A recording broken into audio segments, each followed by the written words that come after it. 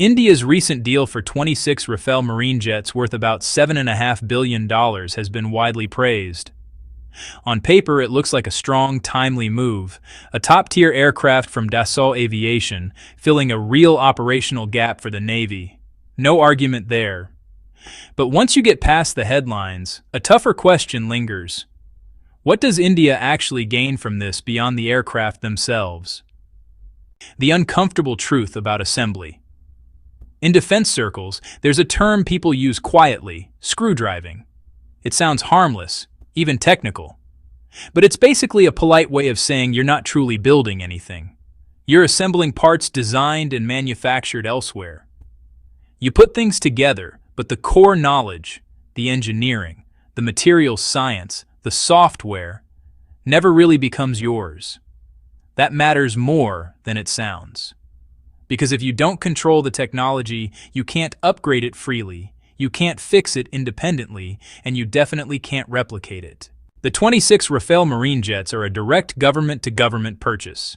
It's quick, straightforward, and driven by real urgency, especially with the need to fully operationalize INS Vikrant and maintain an edge in a tense region. So far, so good. The bigger question lies in the future deal, the proposed 114 Rafale jets for the Air Force, which could involve manufacturing in India.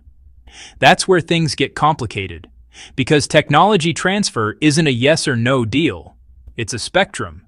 At one end, you get deep access design data, source code, manufacturing processes. At the other, you get licensed production, which is often just assembly under strict supervision.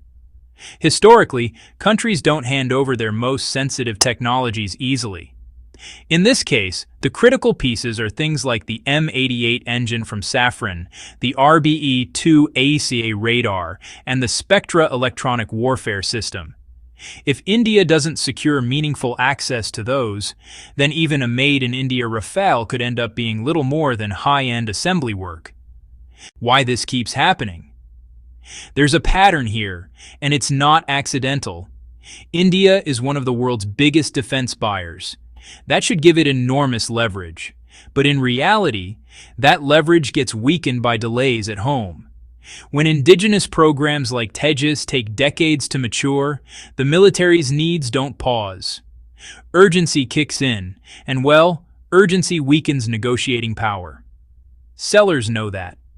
So India buys from abroad to fill gaps. But because it keeps buying, the domestic ecosystem never fully develops. If India wants to break out of this loop, a few things have to become non-negotiable. First, technology transfer can't be a side clause. It has to be central to every major deal. Not vague promises, but specific, enforceable commitments. What technology, when, and what happens if it doesn't come through. Second, the ecosystem needs to widen. Hindustan Aeronautics Limited and Defense Research and Development Organization can't do it alone. Private players like Tata, L&T, and Mahindra need to be treated as partners in development, not just suppliers.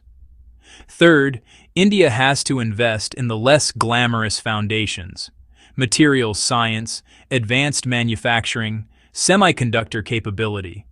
These aren't headline-grabbing, but without them, true independence is impossible. And finally, programs like Tejas and AMCA need to be handled with urgency and focus, not just as projects, but as national priorities. In short, buying Rafales absolutely improves India's capabilities today.